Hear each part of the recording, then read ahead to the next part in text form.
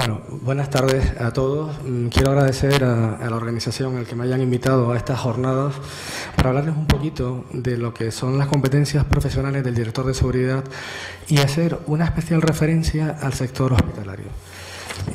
Yo creo, la verdad, que ha hecho la Universidad de Las Palmas de Gran Canaria un logro a conseguir de la Dirección General de Seguridad, perdón, de la Dirección General de la Policía, pues la acreditación para que sean ustedes directores de seguridad, porque se les abre un gran abanico profesional en cuanto a competencias. Sí es verdad que las funciones del director de seguridad están marcadas por la Ley 5/2014 en el artículo 36 y son múltiples, muy variadas. Pero hay que también tener en cuenta que hay otras leyes que dan competencias profesionales al director de seguridad. Por ejemplo, la Ley de Infraestructuras Críticas y el Real Decreto 704/2011 que la desarrolla da unas competencias profesionales también importantes en esta materia. Solamente les voy a enumerar, no voy a entrar en detalles porque quiero hablarles de todo lo que tienen que hacer ustedes como egresados en seguridad y control de riesgos, y es que cuando terminan la carrera empieza realmente el aprendizaje. O sea, no pueden quedarse ustedes... Sí. No pueden quedarse ustedes simplemente con el hecho de tener el grado y ya está. Hay que seguirse formando, reciclando y actualizándose. Realmente es el principio de empezar a entender que faltan muchas cosas por intentar controlar cuando saben ustedes que la seguridad, que es el tópico que todo el mundo sabe, 100% no existe. Y cuanto más preparados, menos probabilidad de que cualquier riesgo se manifieste.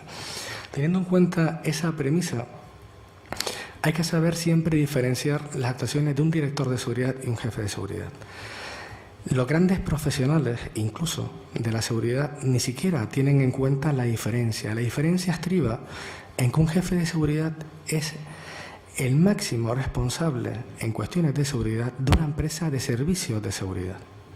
Y el director de seguridad es el máximo responsable de una empresa pública o privada que no sea específicamente de seguridad. Por ejemplo, aeropuertos, centrales nucleares, hospitales, cualquier empresa, da igual la titularidad, que sea pública o que sea privada. Bien, pues teniendo en cuenta todo esto, tenemos que saber que un hospital es un microcosmos. O sea, un hospital es una ciudad miniatura. Y yo me atrevo a lanzarles a ustedes una pregunta.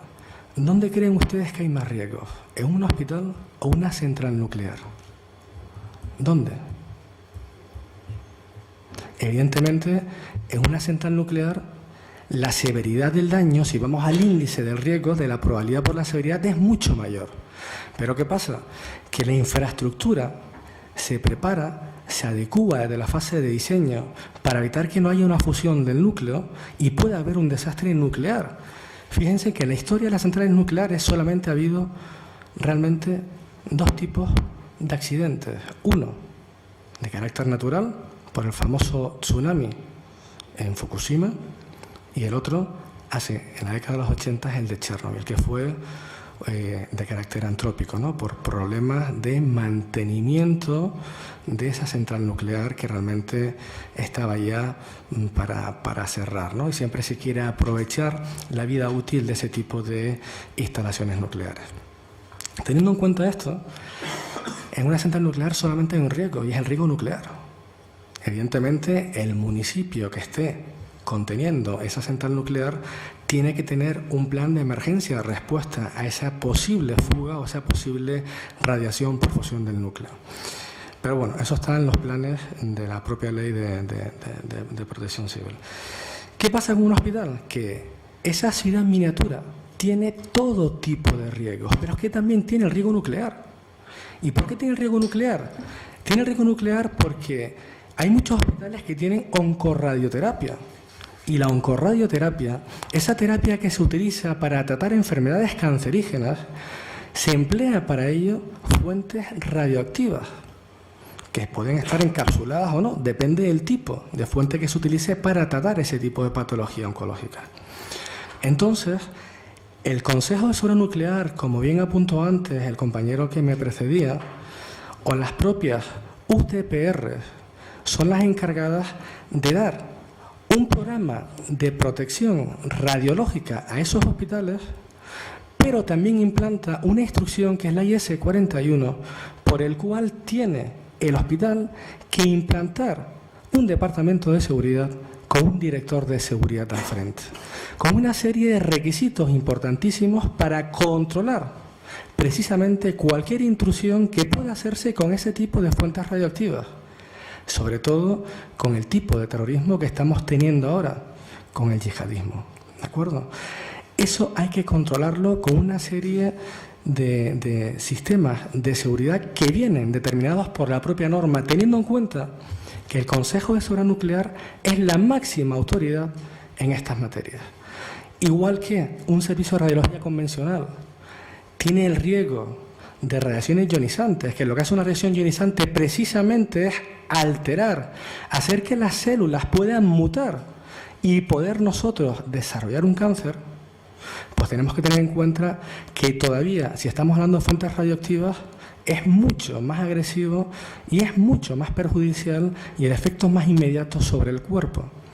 Esas cosas tienen que ser controladas por un director de seguridad. Por eso digo que no tienen que limitarse solamente a estudiar los contenidos curriculares que establece el propio grado de seguridad y control de riesgos, sino seguirse formando. Tengan en cuenta ustedes también que un hospital tiene riesgos biológicos. Los riesgos biológicos, eso que estaba comentando antes don Luis Gómez sobre el tema del bioterrorismo, que nosotros en el año 2000-2001 tuvimos también en el hospital el famoso carbunco, el famoso Anthrax, que realmente era algún gracioso que esparcía polvitos de diferentes tipos en cartas, en documentación que llegaban a las empresas. Pues evidentemente hay que controlar el riesgo biológico, pero no estamos hablando del riesgo biológico con intencionalidad humana de crear daño, con el tema de la investigación para causar daño. Si no estamos hablando de un hospital, tenemos que aceptar cualquier tipo de persona con cualquier tipo de infección. Y estamos hablando que los agentes biológicos se categorizan en 4 grupos en función de su peligrosidad, siendo los más peligrosos el grupo 3 y el grupo 4.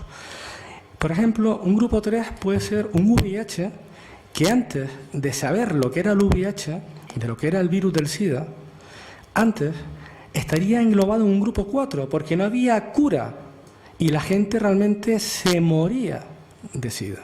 Hoy en día, con los retrovirales que hay y sabiendo la profilaxis que existe para no contagiarse esa enfermedad, con esos elementos de protección barrera podemos contener ese riesgo biológico. ¿Qué pasó en el 2014?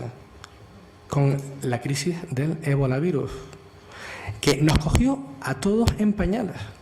Y como España, el país de charanga y pandereta que tanto quiero, pues improvisamos como hacemos los latinos sin necesidad de implementar procedimientos adecuados por si este riesgo llega a materializarse. ¿Por qué no se hizo un análisis de riesgo previo?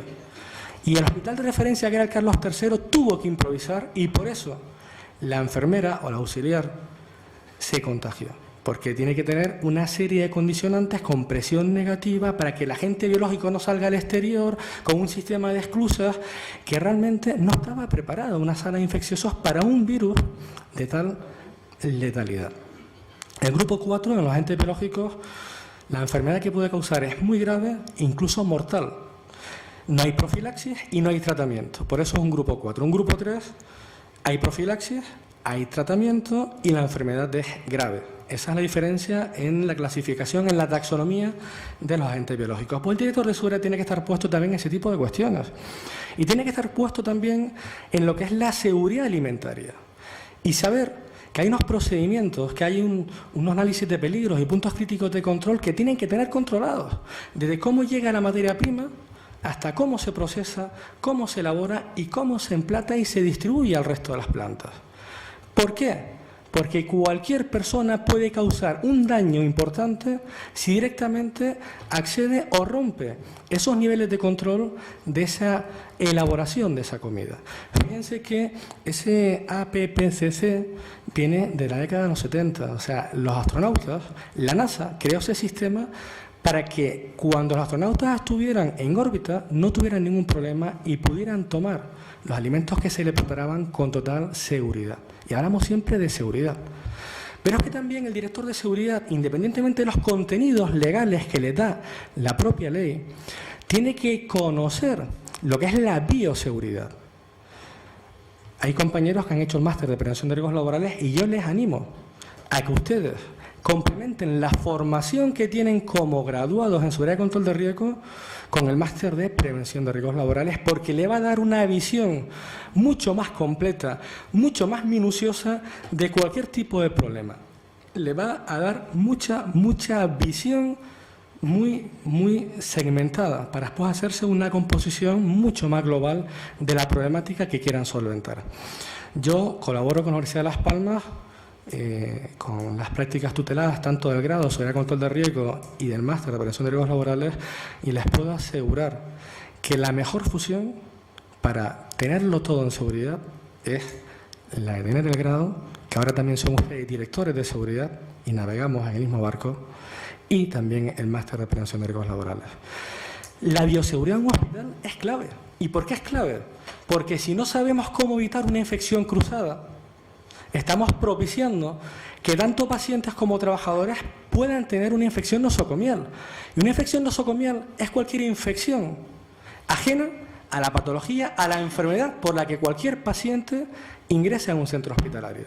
Pero es que encima hay que controlar los niveles de asepsias en áreas críticas. Y un área crítica en el hospital son los quirófanos, el bloque quirúrgico. Si no se garantiza con una adecuada limpieza, con una adecuada desinfección, con procedimientos legalmente establecidos y contrastados, si no se controla el caudal de aire, la limpieza de los filtros, que tiene que haber una protección con triple filtrado, con un F5, un F8, un EPA, un filtro absoluto, para que realmente no haya esa posibilidad de contagiar, de infectar a cualquier persona, pues evidentemente no estamos sabiendo garantizar la bioseguridad en el hospital.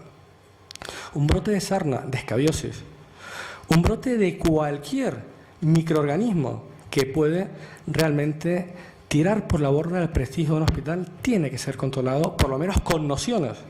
No lo va a hacer directamente el director de seguridad, pero el director de seguridad tendrá que conocer cuáles son los procedimientos para garantizar que todo se hace correctamente.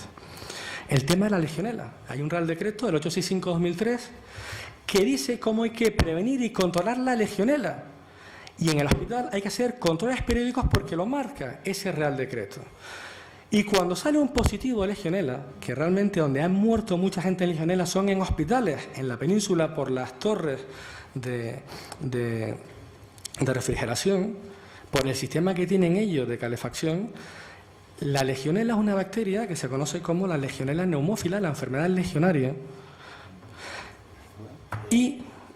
Sí, perdón. Lo siento, tenemos una actuación, me tengo que ir. Muchas gracias, a veces esto es así. Perdón. Nada. Gracias, Carlos, y que tengan ustedes éxito. Un placer, Pues esa legionela neumófila, que se conocía como la enfermedad legionaria, se distribuye o se contagia a través del agua. El vector de transmisión es el agua, pero el agua en unas determinadas temperaturas en las que las colonias de legionela crecen de una forma extrema.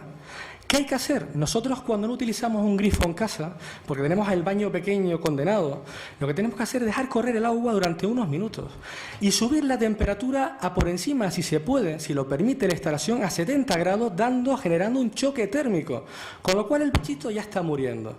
Y si encima cogemos en el agua fría, porque no podemos dar calor, y metemos un choque químico, que es lo que marca el Real Decreto, metemos cloro, desde el almacenamiento, desde el aljibe, hasta las líneas de distribución, hasta los puntos terminales de red, estamos acabando con ese foco que puede ser de colonización por parte de la bacteria de legionela. Aparte de todo eso, tenemos que tener en cuenta los riesgos de carácter antrópico, de carácter antisocial, por ejemplo, los robos, los hurtos, las agresiones. Yo he participado a través del Observatorio de Seguridad Integral de Centros Hospitalarios al que pertenezco y al que soy delegado en Canarias. He participado a través de ellos con el Ministerio de Interior codo a codo, con ese observatorio de centros hospitalarios, para preparar lo que es el plan o el protocolo contra agresiones al personal sanitario. Tengan en cuenta que en un hospital la gente va en un estado de nervios, no saben qué información le van a dar de su familiar, si el familiar está muerto, si lo están reanimando. Y la estadística nos dice que hay sitios donde realmente se producen agresiones de forma muy frecuente. Eso lo tiene que controlar un director de seguridad. Pero el director de seguridad, por el perfil que puedan tener ustedes, con la formación, con la currícula en materia de prevención de riesgos laborales, tiene también que conocer algo de prevención de riesgos laborales y tiene que saber lo que es un riesgo psicosocial. Tengan en cuenta que el principal riesgo psicosocial en un hospital es el estrés, el síndrome del burnout, el síndrome de estar quemado en el trabajo, por la especial turnicidad, por los horarios del hospital que están funcionando los 24 horas del día, 365 días del año. Tienen que conocer también la higiene industrial, los riesgos biológicos, como he comentado, los riesgos químicos. Hay gases anestésicos. Los gases anestésicos son altamente explosivos y generan atmósferas explosivas. Y encima atacan directamente sobre el sistema nervioso central. Entonces, los respiradores de anestesias tienen que estar muy controlados. Y ustedes pueden saber perfectamente que si esos gases anestésicos no se controlan bien, pueden generar un riesgo importante en un bloque quirúrgico que es una zona de alto riesgo. Aparte de gases medicinales, criostación de oxígeno, o sea, esos botellones enormes que están fuera, que tienen que estar colocados en la periferia del hospital, que son un gran comburente para favorecer cualquier tipo de incendio. En cualquier caso de que se active una emergencia y se tenga que activar el plan de autoprotección, estamos hablando que hay que evacuar a pacientes que no tienen autonomía ninguna. O sea, no es como en un cine, en un teatro o en un colegio que tonto el último si no saben cuál es el procedimiento para evacuar. Sino hay que seguir un orden lógico de evacuación. Hay que seguir unos procedimientos. Hay que saber lo que se hace cuando hay una intervención quirúrgica que ha empezado y ocurre que se da la alarma de evacuación o de confinamiento. O sea, esas cositas tiene que tenerlas controladas el director de seguridad por las especiales características e idiosincrasia de cualquier centro hospitalario. Si le sumamos los riesgos químicos, como he dicho, a los riesgos físicos, radiaciones ionizantes, fuentes radioactivas, si estamos hablando de radiaciones electromagnéticas, ultrasonidos, láser, como hayan láser de clase 4 que son con posibilidad de producir alguna explosión, si no hay un control de ese equipamiento, pues evidentemente ese director de seguridad no sabe lo que están metiendo en ese hospital. Si sumamos los riesgos asociados a la seguridad, si sumamos además también los riesgos ergonómicos por el tema de posturas forzadas, de carga, de manipulación de pacientes, todo eso tiene que controlarlo un director de seguridad. Y no digo gestionarlo. El director de seguridad tiene que saber lo que se cuece en un hospital como centro complejo e infraestructura crítica.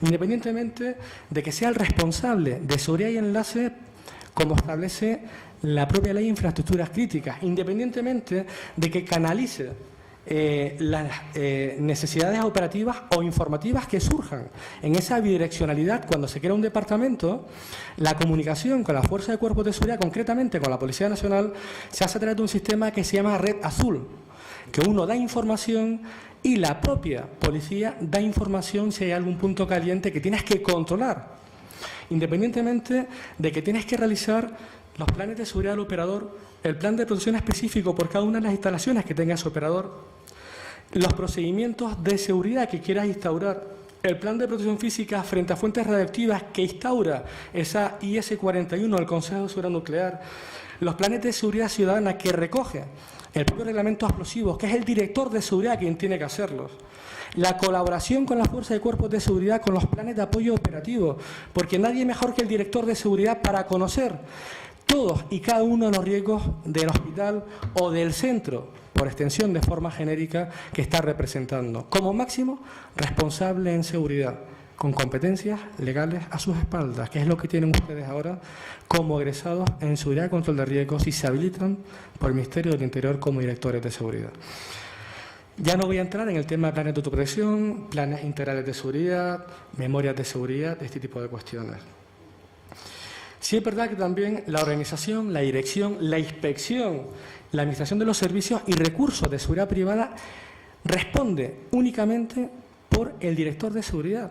director de seguridad contrata los servicios, da igual que sea de seguridad física, de seguridad activa, incluso puede validar provisionalmente cualquier sistema de seguridad hasta que la autoridad en la materia dé el visto bueno definitivo.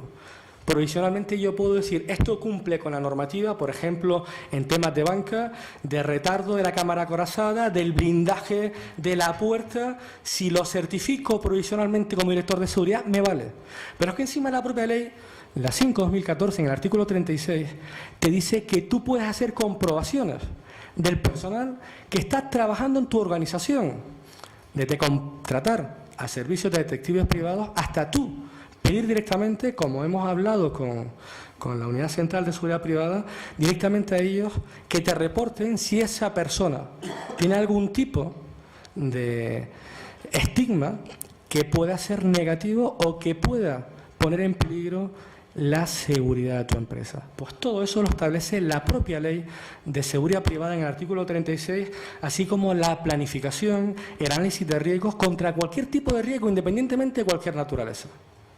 La propia ley te está diciendo que eres competente para todo, como director de seguridad, guste a quien le guste. Lo establece así la propia ley en el propio artículo 36. No me quiero extender porque quiero dar un poco de paso a las preguntas que quieran hacerme, porque pueden ser más enriquecedoras que estar hablando, pero sí les digo que controlar también la Ley Orgánica de Protección de Datos. Antes decía don Luis Gómez el tema de lo que se nos viene ahora mismo en mayo. El delegado de protección de datos es un requerimiento importantísimo porque en él va a descargar todo lo que es la política de protección de datos de cualquier empresa que maneje datos sensibles. Y un hospital, como hablamos de datos de la salud, son de especial protección, de muy alta protección. Entonces hay que seguir a pie juntillas toda la normativa específica en materia de protección de datos.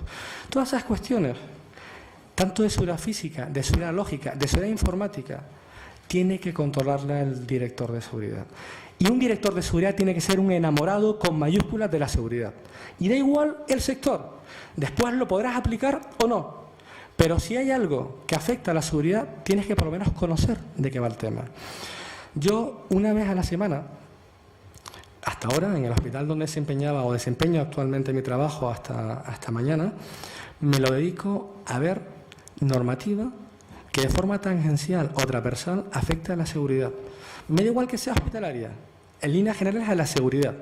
Y después ya se afecta específicamente a un hospital como ese microcosmos, como ese centro complejo. Si uno aprende a gestionar los riesgos de un centro hospitalario, puede gestionar cualquier riesgo de cualquier organización. Por la complejidad y porque realmente aúna y convergen todo tipo de riesgos independientemente de su naturaleza por su heterogeneidad y concentración.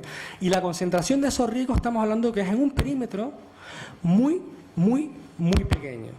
Con lo cual, sopesen ustedes lo que les comentaba al principio, la típica pregunta cuando doy formación específica, ¿dónde hay más riesgos? En un hospital. Existen todos y cada uno de los riesgos que ustedes conozcan. Todos.